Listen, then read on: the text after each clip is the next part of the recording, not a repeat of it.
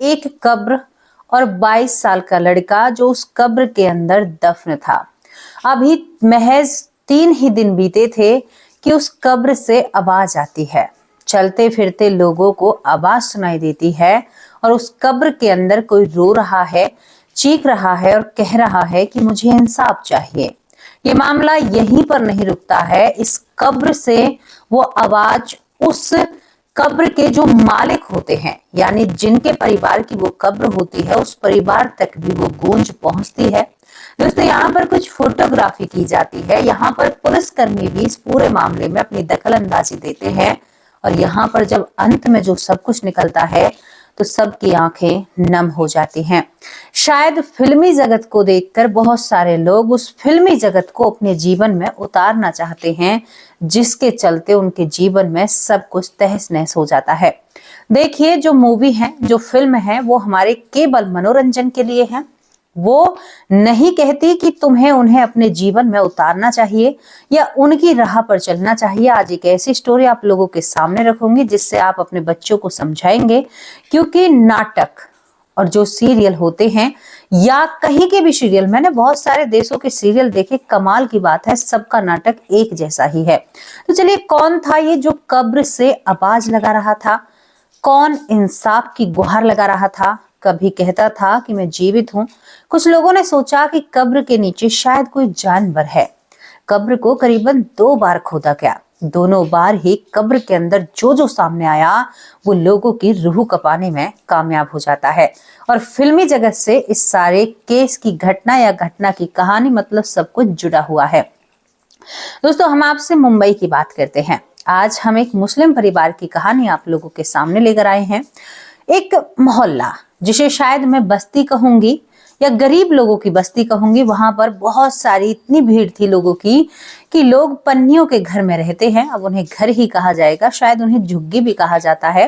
अब वहां पर रहते हैं और यहीं पर 3 दोस्त थे, जिसमें 2 लड़के होते हैं, अहमद और नाजिम, और तीसरी होती है नूर।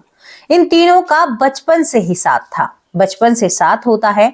भले ही घर पन्नी के थे, लेकिन टीवी की व्यवस्था थी उन पन्नियों की। आप कभी भी जाकर देखिए, रेलवे यानी रेल की पटरी के पास भी आपको बहुत सारे ऐसे छोटे छोटे घर मिलेंगे, लेकिन सभी के ऊपर एक आप पता लगा सकते हो डिश के लिए प्रोग्राम है, तो हर घर में टीवी होता है। तो यहाँ पर कुछ ऐसा ही था, लेकिन इसमें यानी पूरी जो झुग्गी है या पूरा जो मोहल्ला है, इसमें एक ही जगह टीवी होता है और उस पर सारे मोहल्ले के यानी सारे जितने भी बच्चे हैं सब एक साथ बैठकर देखा करते थे मूवी। अमिताभ बच्चन, जया बच्चन, रेखा, हेमा मालिनी, धर्मेंद्र, इन सारे लोगों की फिल्म देखते हैं।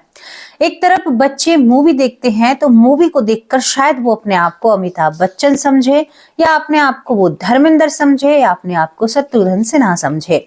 दोस्तों, उनके अंदर वो जीती जाती तस्वीर बन जाया करती थी जो भी मूवी आती है। अब यहाँ पर ये तीनों दोस्त धीरे धीरे बड़े हो रहे थे। संग में नूर भी बड़ी हो रही थी। नूर भले ही ऐसी जगह पर थी, लेकिन सच में ही वो नूर थी, बहुत खूबसूरत होती है। नूर को बचपन से ही पसंद करना शुरू कर दिया था इन दोनों लड़कों ने। ये तीनों दोस्त थे, तीनों ही अलग अलग घरों के थे, लेकिन एक मोहल्ले में रहते हैं, तो तीनों परिवारों में एक अच्छा तालमेल बना हुआ था। नूर को यहाँ पर नाजिम भी प्यार करता है और अहमद भी प्यार करता है। शायद नाजिम अपने आप को अमिताभ बच्चन समझता है और अहमद अपने आप को, आपने एक मूवी देखी होगी अमिताभ बच्चन और शत्रुघ्न सिन्हा की, जहां पर प्यार के ऊपर बहुत सारे विवाद होते हैं। यही चीज इनके जीवन में जगह ले चुकी थी।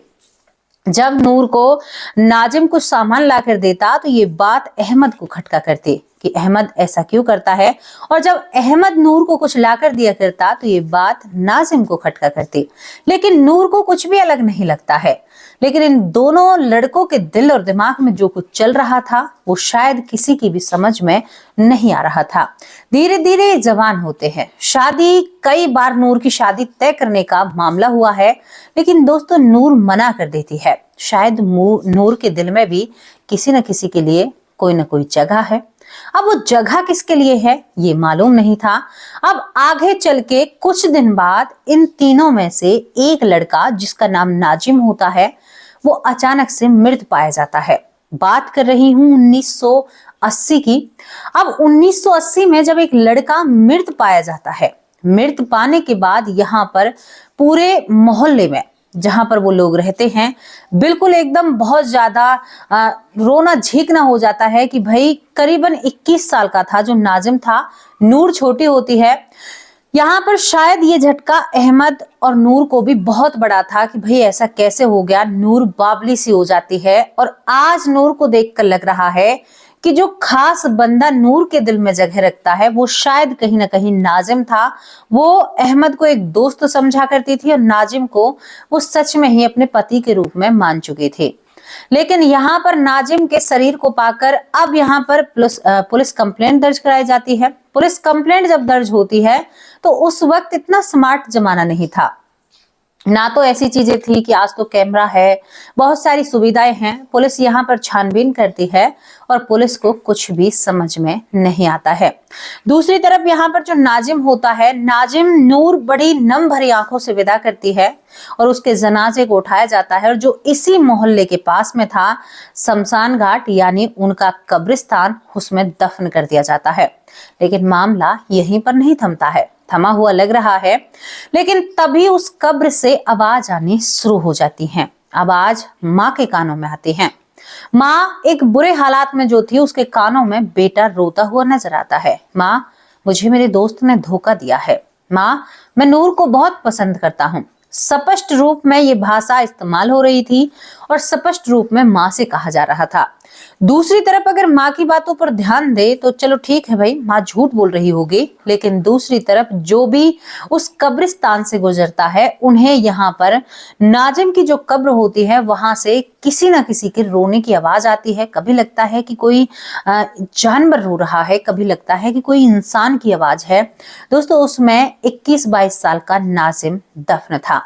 अब यहाँ पर माँ को चैन नहीं होता। एक रात होती है, दूसरी रात फिर सुनाई देता है और दिन के वक्त भी उसे लगता है मेरा बेटा कब्र से मुझे बुला रहा है। जब ये बात आसपास की मोहल्ले की महिलाओं को पता चलती है तो महिलाएं कहती हैं कि बेचारी को बहुत बड़ा सदमा लगा है, जवान बेटा इस दुनिया से चला गया, शायद इसी वजह से ऐसा कर रही है।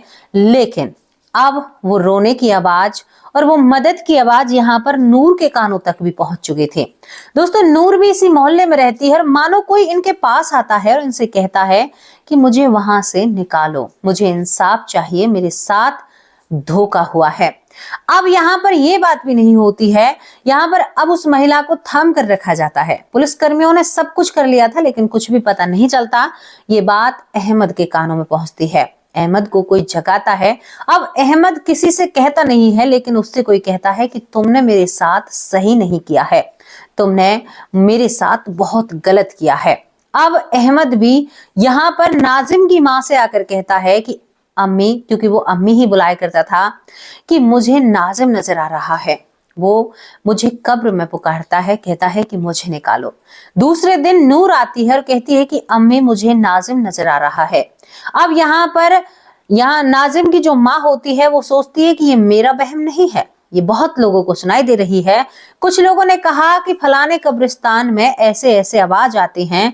तो दोस्तों, यहाँ पर तभी जो नाजिम की माँ होती है वो पुलिस स्टेशन पहुंचती है। कहती है कि साहब, मुझे मेरे बेटे की कब्र खुदवानी है। मेरे बेटे को किसी ने बड़ी बेरहमी से मारा है और वो मुझसे कहता है, वो अपने दोस्तों को भी दिखाई दे रहा है, राह चलते लोगों को भी वहां पर रोने की आवाज सुनाई देती है। साहब, मेरे बेटे की कब्र को खोदा जाए और केस को दोबारा से तहकीकात की जाए। दोस्तों, यहाँ पर पुलिसकर्मी कहते हैं कि ऐसा कभी हुआ है? क्यों कानून का वक्त बर्बाद कर रही हो? ऐसा कुछ भी नहीं है। लेकिन नाजिम की माँ अपनी जिद पर अड़ जाती हैं, कहती हैं कि नहीं, मुझे पता है मेरे बेटे के साथ गलत हुआ है और शायद उसी के पास से हमें कुछ ना कुछ जानने को मिलेगा। दोस्तों, यहाँ पर तभी क्या होता है कि दोबारा से नाजिम की कब्र को खोदा जाता है। कब्र को खोदने के बाद नाजिम की जो कब्र होती है उसमें से नाजिम के शरीर को जब निकाला जाता है तो 4 दिन के भीतर नाजिम का शरीर बिल्कुल बहुत बुरी हालात में पहुंच जाता है। लेकिन अब भी बात थी कि क्या मामला है। इसके बाद दोस्तों, यहाँ पर कहते हैं कि नाजिम की जब कब्र को खोदा जाता है तो नाजिम के मतलब एक हाथ पर, लोग कहते हैं कि हमने नहलाते वक्त नूर का नाम लिखा हुआ होता है। यानी कुछ लोग कहते हैं क्योंकि जो मुस्लिम धर्म है उसमें टैटू बनवाना या कोई ऐसी चीज करवाना बिल्कुल भी जायज नहीं है, सही नहीं है। लेकिन नाजिम के हाथ पर जो टैटू था, और लोग कहते हैं कि हमने नहलाया था, मतलब कुछ इनका ऐसा होता है कि नहला धुलाकर जब ले जाते हैं, हमारे यहाँ पर भी ऐसा ही होता है। लेकिन कहते हैं कि जब ये नाम किसी को नजर नहीं आया, सच में ही, लेकिन जब उस सब को निकाला जाता है तो वो नाम ऐसे उभर रहा था जैसे कोई जलने के बाद चीज ऊपर नहीं हो जाती है, फूल जाती है, क्योंकि शरीर फूल रहा था। यहाँ पर नूर के नाम को देखकर पुलिसकर्मी कहते हैं कि ये नूर कौन है, वो समझ में आ रहा था स्पष्ट रूप में। तभी वो लड़की कहती है कि नूर मैं हूं। पुलिस इन सभी के बयान लेती है तो सभी कहते हैं कि हाँ, हमें नाजिम नजर आ रहा है और नाजिम हमें परेशान कर रहा है, नाजिम हमें कब्र में बुलाता है। अब ये समस्या किसी की भी समझ में नहीं आती। कुछ लोग कहते हैं कि शायद उस दिन रोने धोने में ध्यान नहीं दिया, लेकिन नूर का नाम जब सामने आता है तो पुलिस को थोड़ी खलबली मचती है। पुलिस इस पर दोबारा जांच पड़ताल करती है कि भाई तुम्हारा नाम आया है, क्या मामला है। तो यहाँ पर नूर बिल्कुल भी नहीं छुपाती है, कहती है कि मैं नाजिम को पसंद करती थी और नाजिम से मैं शादी भी करना चाहती थी। हम दोनों एक दूसरे से मिला करते थे और हम मूवी देखकर हमारा प्यार जागरूक हुआ। यहाँ पर नूर ने साफ कहा, नूर ने कहा कि हम मूवी देखकर वो अमिताभ बच्चन वाला प्यार, वो शाहरुख खान वाला प्यार हमारे दिल में था और वो प्यार हमें परवान चढ़ाना था। हम दोनों का बचपन का प्यार था। तभी यहाँ पर दोस्तों जो अहमद है, जिसे रोज आकर नाजिम परेशान करता है, वो उफन उठता है क्योंकि वो भी कानून के सामने था। उसने कहा कि नूर तुम ऐसा नहीं कर सकती, तुमसे प्यार तो मैं करता हूँ। पुलिस को बस इतना सा हल्का सा इशारा चाहिए था, पुलिस को समझ में आ चुका था कि ये मामला क्या है। दोस्तों पुलिस तुरंत कार्रवाई करती है अहमद के ऊपर। अहमद कहता है कि मैं तो दोस्त हूं, मैं उसके साथ ऐसा क्यों करूंगा। पहली सलाह में वो कानून को गुमराह करने की कोशिश करता है, लेकिन एक नाम मैंने शायद उसने मरने के बाद उस पर लिखा हो, ये तो मैं नहीं कह सकती।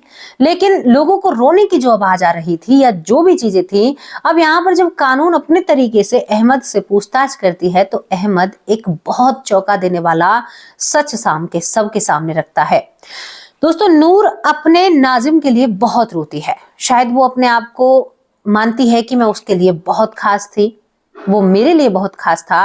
लेकिन इसके बाद जब अहमद बताता है कि मुझे नूर और नाजिम का प्यार बिल्कुल पसंद नहीं था, क्योंकि नूर को बचपन से मैं पसंद करता था, मैं नूर को ऐसे कैसे जाने देता साहब, नूर मेरी है, अगर नूर मेरी नहीं तो किसी की भी नहीं। दोस्ती प्यार के आगे मायने नहीं रखती। नाजिम ने यानी अहमद ने एकदम पुलिस वालों के सामने कहा कि दोस्ती प्यार के सामने कोई मायने नहीं रखती। मैंने ही नाजिम को रास्ते से हटाया है क्योंकि मैंने देखा कि ये दोनों जल्द ही शादी करने वाले थे और घर वालों से बताने वाले थे। मैंने सोचा अगर मैं नाजिम को इस दुनिया से दूर भेज दूंगा तो नूर अपने आप मेरी हो जाएगी, वो दुखी हो जाएगी, वो परेशान हो जाएगी, जैसा साहब फिल्मों में होता है। अब पढ़ाई तो उस समय थी नहीं। पुलिस वाले हैरान हो जाते हैं कि फिल्मों का इतना असर। वो कहते हैं कि साहब जब एक प्रेमी मर जाता है तो प्रेमिका दूसरा प्रेमी तलाश करती है। मैं वो दूसरा भी बनने के लिए तैयार था। यहाँ पर नूर के लिए जो कुछ किया है, नूर के लिए किया है, और मैं अब भी नूर को स्वीकार करने के लिए तैयार हूं। मैं नूर को इतना पसंद करता हूं। मुझे पता है वो नाजिम से प्रेम करती है, लेकिन वो मेरी भी प्रेमिका है क्योंकि मैंने भी उससे प्रेम किया। अब यहाँ पर वो कई फिल्मों का एग्जाम्पल यानी कई फिल्मों की सोच रख देता है पुलिसकर्मियों के आगे। कहता है कि उस प्रेम कहानी में ऐसा हुआ, अमिताभ बच्चन ने फलानी हीरोइन को ऐसे पाया, वहां पर रेखा ने ऐसा किया, वहां पर श्रीदेवी ने ऐसा किया, वहां पर कभी कहता है कि ये जो और उससे अगले दौर की एक्टर नहीं है, राजेश खन्ना, राज गब्बर, जाने कितने एग्जाम्पल उस लड़के ने रखे और कहा कि जब टीवी में ऐसा हो सकता है तो हमारी जिंदगी में क्यों नहीं हो सकता। अब उससे पूछा गया कि भाई तुमने नाजिम को किस तरह से मारा, तो उसने कहा कि टीवी को देखकर। कई बार आप सुनते होंगे क्राइम पेट्रोल जो चलती थी उसको देखकर बहुत सारे यानी हादसे हुए थे। लोग क्राइम पेट्रोल देखकर यानी किसी को मारने की सलाह लिया करते थे, सीख लिया करते थे, और किस तरह से लोगों को मारा जाता है ये भी सीख क्राइम पेट्रोल देखकर बहुत लोगों ने देखे थे।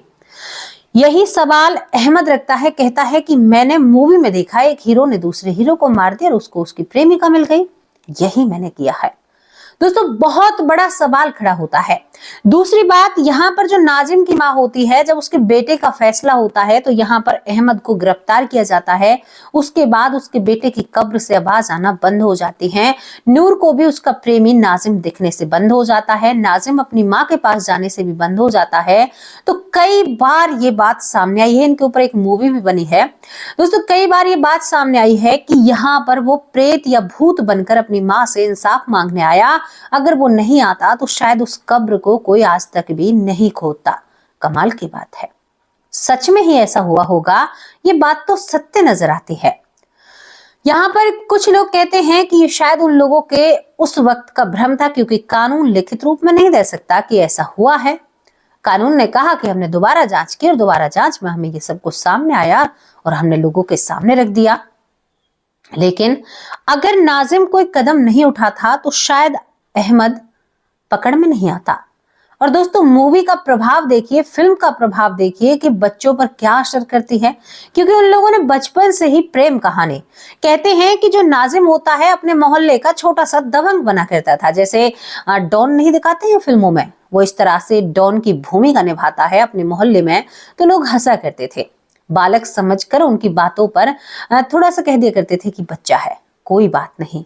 लेकिन आप सोचिए कि ये फोन, ये टीवी, ये मूवी, ये फिल्मी जगत, ये बॉलीवुड आपके बच्चों के दिमाग पर क्या प्रभाव डाल रहा है। अब एक छोटा सा किस्सा शेयर करना चाहती हूँ मैं आप लोगों से। मैंने 2-3 दिन से मैंने थोड़ा सा सर्च करने की कोशिश की। मैंने कहा कि भाई इसकी भी थोड़ा सा जड़ तक हमें जाना चाहिए। मैंने कोरियन ड्रामा देखा, आप लोग भी शायद देखते होंगे Korean drama, American drama, Russian drama, मैंने बहुत सारी ये, और पाकिस्तानी ड्रामा। सब में अहम चीज क्या है आपको पता है? ये भारत की ही समस्या नहीं है। सब में अहम चीज है भैया कि सास ससुर सबके ही बुरे होते हैं। आप भारत रहो या देश रहो या विदेश रहो, हर ड्रामे की एक गरीब लड़की, अमीर लड़का, अमीर लड़की तो गरीब लड़का।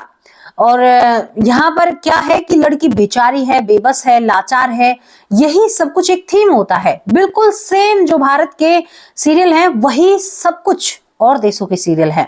कमाल की बात है, क्योंकि मैं ज्यादा ऐसी चीजें देखा नहीं करती हूँ, क्योंकि मैं अपने बच्चों को भी नहीं दिखाती हूँ। ज्यादातर मैं उनसे कहती हूँ कि नहीं आप लोग ऐसी चीजें नहीं देखेंगे, क्योंकि ड्रामा देखने के बाद जो बेटी माँ के साथ बैठकर ड्रामा देख रही है, फिर वो उस ड्रामे वाली बातों को अपने जीवन में उतार लेती है। ड्रामे में क्या दिखाया गया है कि एक अमीर पति है, उसके पास नहीं आता है, प्रेम नहीं करता है, फिर धीरे धीरे उनमें प्रेम होता है, सास बुरी होती है, ननद बुरी होती है, किसी केस में ननद अच्छी हो जाती है, सास बुरी होती है तो सास अच्छी हो जाती है, ये सब कुछ होता है। धीरे धीरे प्रेम होता है, प्रेम के बाद उनकी नजदीकियां बढ़ती हैं, फिर सब गुड़ गोबर हो जाता है भैया। उसके बाद क्या होता है कि जब प्रेम होता है और उनका प्यार परवान चढ़ता है, तब वो पति ही मर जाता है, वो टपक जाता है और फिर कुछ भी नहीं रहता, खाली हाथ रह जाते हैं। उसके बाद फिर प्रेमिका यानी पत्नी जो होती है, भारतीय महिला कहीं आपने देखी है ऐसी ऐसे करती हुई, जैसे एक सीरियल में दिखाया जाता है। उसके बाद यहाँ पर फिर क्या होता है कि दोबारा से उस लड़की को प्यार होगा किसी और से, फिर वो पहला पति वापस लौट कर आ जाता है। ऐसा कहीं हुआ है? जाने वाले कभी आते हैं क्या? क्या हमने देखा है अपने जीवन में? हमारे परिवार के जो सदस्य एक बार चले गए, क्या वो वापस आए हैं कभी? कोई हादसा ऐसा हुआ है? लेकिन हमारे बच्चों का ब्रेन वॉश होता है। कैसे होता है कि वो बच्चे उसको देखते हैं, हमारी बेटियां, फिर वो अपने ससुराल में जाकर वो डेंजर सास, डेंजर ननद, बहुत गंदी है, और भैया पति, अब पति जब शादी हुई है तो भैया वो अपनी वैवाहिक जीवन को आगे चलाएगा। लेकिन लड़की की उम्मीद है कि धीरे धीरे हम दोनों में प्यार हो, ये हो। तो ये सारी चीजें ना हमारे समाज को गंदा करने के लिए की गई थी और हो गई गंदा। अब तो सब कुछ है, हो गया सब कुछ। तो यही चाहती हूँ कि देख फिल्म क्या कर सकती है, एक मूवी, एक प्रेम कहानी, आप उसे अपने लिए अपने फायदे के लिए बना रहे हो, आप केवल उसे मनोरंजन के हिसाब से देखें ना, तो ही आप लोगों के लिए बेहतर है। वरना आपकी जिंदगी को बर्बाद करने के लिए बहुत सारी चीजें आपके सामने पेश हैं और थाली में रखकर परोसी जाती हैं आपको। और हम खुद, अरे देखो सीरियल ही तो है, हम दिखाते हैं, हम करते हैं। तो ये रखने की कोशिश थी। क्या मैं आप लोगों से पूछना चाहती हूँ कि नाजिम सच में ही प्रेत बना था जो उसने अपनी माँ को संकेत दिए? नाजिम सच में ही एक भूत बना था? क्या कब्र से बुला रहा था, या ये उन लोगों की खुद के दिमाग का वहम था?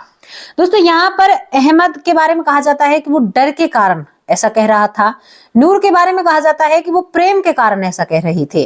और माँ के बारे में कहा जाता है नाजिम की कि उसे अपने बेटे की याद आती है, लेकिन तीनों को एक जैसी बातें नहीं हो सकती, कुछ ना कुछ तो यहाँ पर था।